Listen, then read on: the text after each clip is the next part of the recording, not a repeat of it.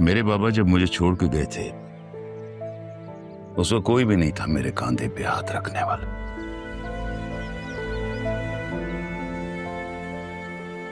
लेकिन एक बात बताना चाहता हूं, मेरे अब्बू ने जाते हुए ताया जिन को माफ कर दिया था।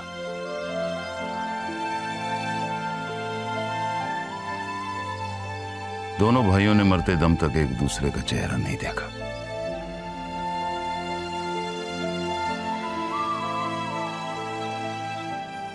लेकिन अदील, मैं ये सब कुछ भुला देना चाहता हूं, नई शुरुआत करना चाहता हूं। मैं आज यहां बैठ के ताया जान के सामने अपने बेटे को तुम्हारे हवाले कर रहा हूं। डैड, ये कोई जगह है इस तरह की बातें करने की? जरियून,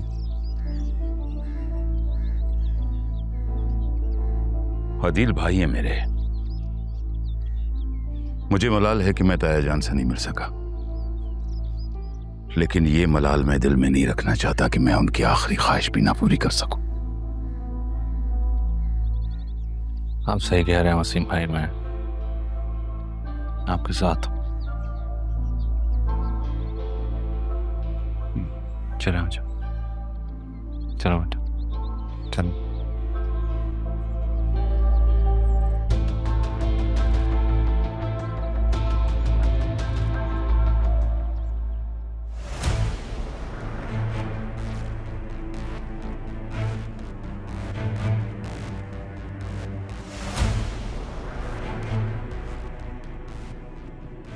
मुझे लगता है कि वो तारा थी, लेकिन शायद या वो लोग ना हो।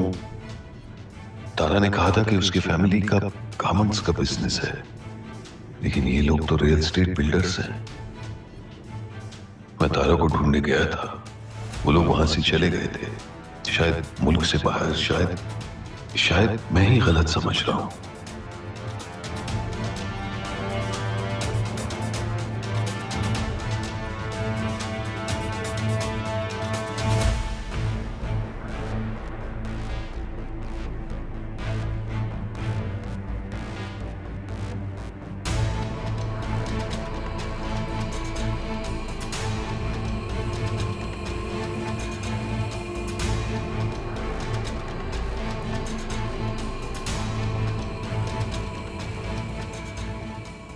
अस्सलाम वालेकुम। वालेकुम वसीम भाई, वालेकुम सलाम। आइए।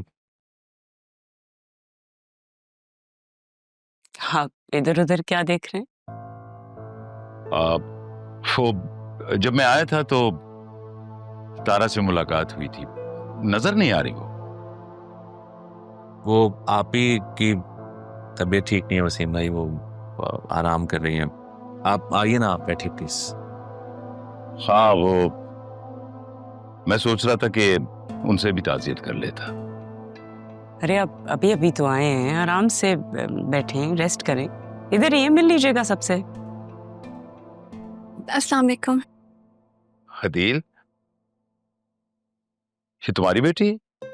जी, ये मेरी बेटी बतूल है। बहुत प्यारी बच्ची है माशाल्लाह। Thank you. राह कहाँ है? अपने रूम में रेस्ट करिए। वैसे आपका जिक्र पापा ने बहुत किया है, आपसे मिलकर बहुत खुशी हुई। भाई, ये भूल बेटा नहीं बोलती क्या? जब से आई तब से खामोश। नहीं पापा, इसका तो ऑन ऑफ का बटन है स्विच का, जब ये बोलना शुरू होती है तो रुकती नहीं है बिल्कुल। ऐसा भी नहीं है, इतना भी नहीं बोलती मैं। वही अदील, बच्चे बड़े हो गए हैं, लगता है हम बूढ़े हो गए। जी बिल्कुल वसीम भाई, वक्त गुजर गया और पता भी नहीं चला। नहीं नहीं नहीं नहीं, पता तो खूब चला है। पता है, भूला नहीं हूं मैं कुछ भी। बस वक्त की यही खूबी है, कैसे गुजरता है पता ही नहीं चलता। कभी ठहरा हुआ मालूम और कभी दबे कदमों चोरों की तरह गुजर जाता है। अच्छा अदील, ऐसा है कि 2-4 दिन में हम यहाँ से शिफ्ट हो जाएंगे। क्यों, यहाँ कोई प्रॉब्लम है वसीम भाई? जी सब ठीक है ना? किसी ने कुछ कहा है क्या? नहीं नहीं भाभी, ऐसा कुछ नहीं है। अदील, तुम्हें तो पता है कि मैं जब पाकिस्तान से गया था तो सब कुछ बेच के गया था, और जिसे बेचा था वो जानने वाला था। अब जब मैं आ रहा था तो मेरी बात हुई थी उससे। मैंने उससे रिक्वेस्ट की थी कि पाकिस्तान जा रहा हूं तो अपना घर देखना चाहता हूं। पता है उसने मुझे कहा कि मैं वहां स्टे भी कर सकता हूं। तो ठीक है, वहां स्टे करके अपनी पुरानी यादें ताजा करूंगा। लेकिन अंकल, अगर आप यहाँ रुकते तो हमें ज्यादा अच्छा लगता। अरे मेरी प्यारी गुड़िया, वो घर यहां से दूर नहीं है। सुबह आते हुए देखा था मैंने, रास्ते में ही है। वसीम भाई, अब आप इतने दिनों बाद आए तो प्लीज यहीं रहिए ना।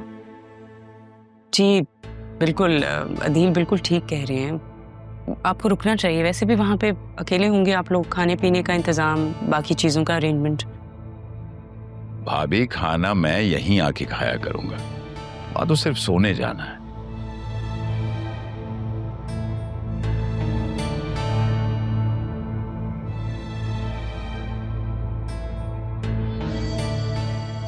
एक्सक्यूज मी प्लीज, मैं आती हूँ। अदील, जी वसीम भाई। मैं भाभी के सामने कह नहीं सका। यहां से जाने की वजह तुम अच्छी तरह जानते हो। अब एक बार फिर इस घर से ससुराली रिश्ता बनने जा रहा है, तो मैं चाहता हूं कि घर से घर में बारात ना आए। मैं बाकायदा तौर पे बारात लेके आना चाहता हूं। जी मुनासिब, बस अगर कुछ दिन ठहर जाएं फिर बात कर लेते हैं। ठीक है।